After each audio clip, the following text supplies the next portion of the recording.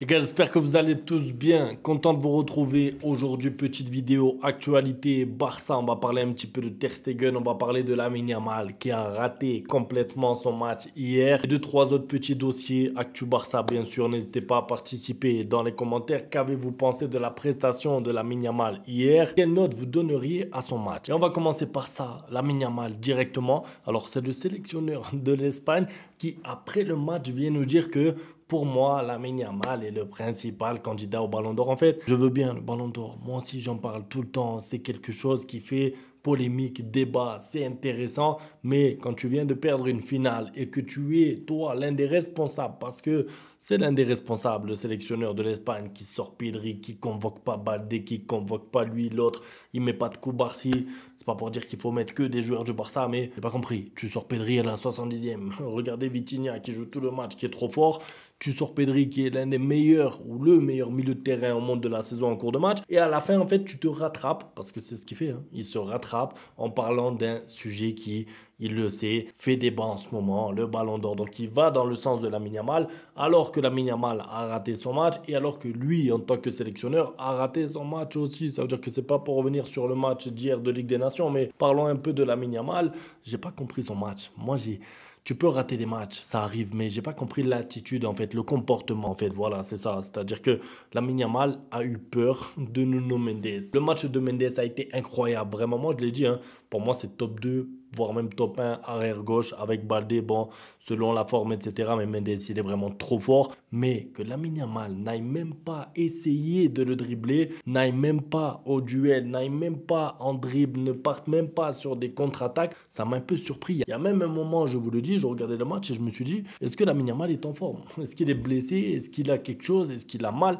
Parce que ça m'a fait bizarre de le voir comme ça. Ça veut dire qu'il a déjà raté des matchs. Je ne dis pas qu'il a réussi tous ses matchs dans sa vie, mais quand il s'est fait manger déjà contre le Benfica, on avait dit il a perdu des duels, c'est pas grave, mais au moins il y avait eu des duels. Là, il n'y a pas de duel parce qu'il n'est pas allé au duel. Ça veut dire qu'il a eu un peu peur et ça m'a fait bizarre de le voir comme ça. J'ai eu l'impression qu'il était dans la retenue, dans la gestion. L'Espagne menait 2-1 et lui, au lieu de partir pour aller mettre le 3-1 comme c'est le cas avec le Barça, il attendait que le bloc remonte, il prenait pas de risques, il faisait pas de passes, il mettait trop de temps à faire des passes, il perdait des ballons. En fait, c'est le nombre de pertes de balles couplé au peu d'apports qu'il a eu dans ce match qui m'a un peu surpris. Maintenant, attention, ça arrive de rater des matchs, mais pourquoi je vous parle de ça? Parce que le sélectionneur qui, à la fin, nous parle du Ballon d'Or alors qu'il vient de perdre une finale, alors que c'est lui le responsable, le sélectionneur, ou en tout cas l'un des responsables, c'est pas normal. Et en fait, on dirait un peu déchant. Ça veut dire que voilà, il faut parler Ballon d'Or, il faut parler Mbappé.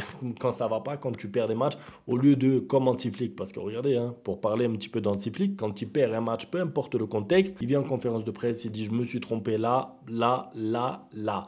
Là, vous regardez les sélectionneurs, ils perdent, c'est pas leur faute, c'est pas lui, c'est parce que le vent, c'est parce que c'est bon. Donc Lamine Yamal, bien sûr, va continuer d'apprendre. Il doit apprendre, bien sûr.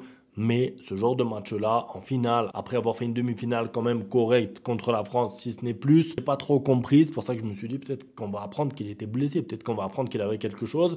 Il n'a pas été content de sortir, mais moi, je me suis même dit il faut le sortir avant. Franchement, je suis peut-être méchant envers les joueurs du Barça, hein, vous le savez, en tout cas un peu dur, mais Lamine Yamal qui fait une finale comme ça, peut-être qu'il aurait dû sortir avant, parce que sur le côté, là, c'était Mendes et Leao, c'était trop difficile. Il n'y arrivait pas, après, il faut le dire aussi derrière lui.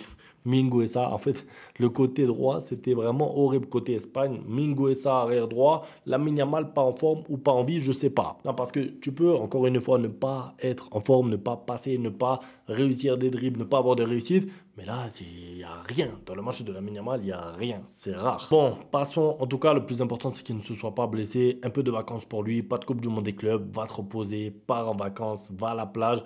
Et revient en pleine forme pour le mois d'août. C'est ce qu'on lui demande de toute façon. Parce que bon, la Ligue des Nations, voilà. Un mot sur Ter Stegen maintenant. Donc Ter Stegen a refusé de prononcer un discours devant les supporters le jour de la célébration de la Liga en raison de sa colère face au manque de participation après son retour. La direction était très en colère contre ce comportement et c'est pourquoi Laporta et flics ont été vus en train de parler d'un ton sec. C'est vrai que quand on capitaine. Parce qu'en fait, c'est ça, hein. C'est ton capitaine, il est dans ta liste de capitaines, il porte le brassard, il revient d'une longue blessure. Les gars, on parle pas là d'une blessure de 2 semaines. Ça veut dire que si Ter Stegen avait été blessé 3 semaines et qu'il avait perdu sa place de numéro 1, moi-même, le premier, j'aurais dit, c'est un peu dur avec lui, c'est un peu méchant, il faut le laisser, c'est sa place, c'est lui le numéro 1.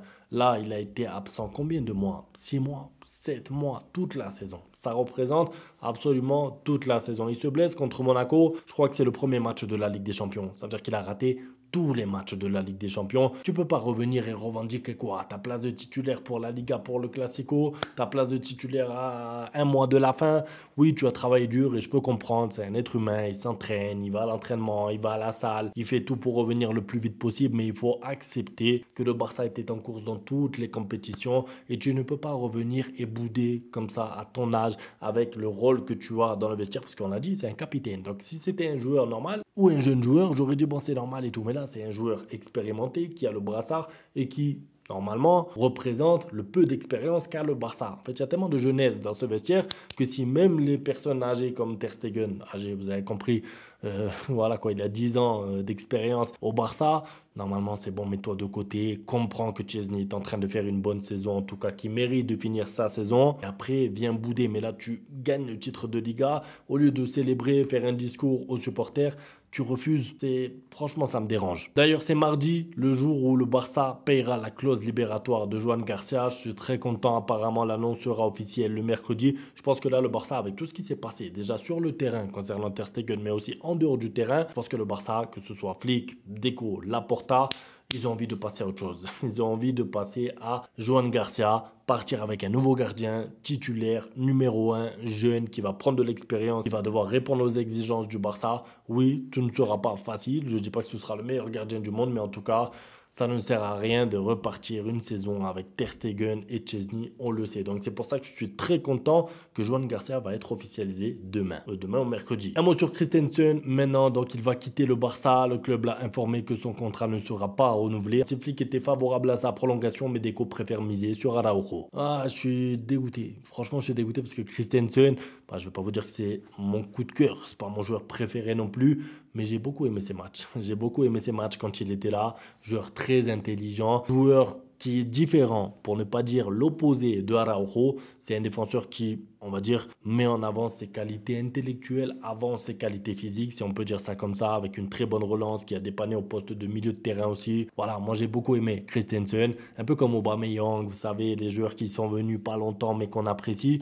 Et ben c'est un petit peu ça pour Christensen. Et moi je me dis c'est dommage parce que on dirait pas, mais je vous pose une question, vous croyez qu'il a quel âge Christensen? Là il y en a, ils vont me dire 33, 34. Il a 29 ans. Christensen a 29 ans. Oui, il sort d'une saison où il était blessé. Problème aussi pour être enregistré et tout. Mais moi, je suis convaincu que s'il fait une pré-saison... Pardon, moustique. S'il fait une pré-saison avec Hansi Flick pendant un mois vraiment complet, des matchs amicaux, il aurait pu partir pour une saison, peut-être pas titulaire, mais en tout cas une vraie bonne doublure, que ce soit de Cubarsí ou de Inigo Martinez. Voilà, c'est dommage, mais en tout cas, Deco qui privilégie Araujo. On espère qu'il ne nous coûtera pas une élimination en Ligue des Champions encore une fois. Il y a bien eu des contacts entre Perisic et le Barça. Rien n'indique que le club va le recruter. Et heureusement, parce que beaucoup de respect pour Perisic et pour sa carrière.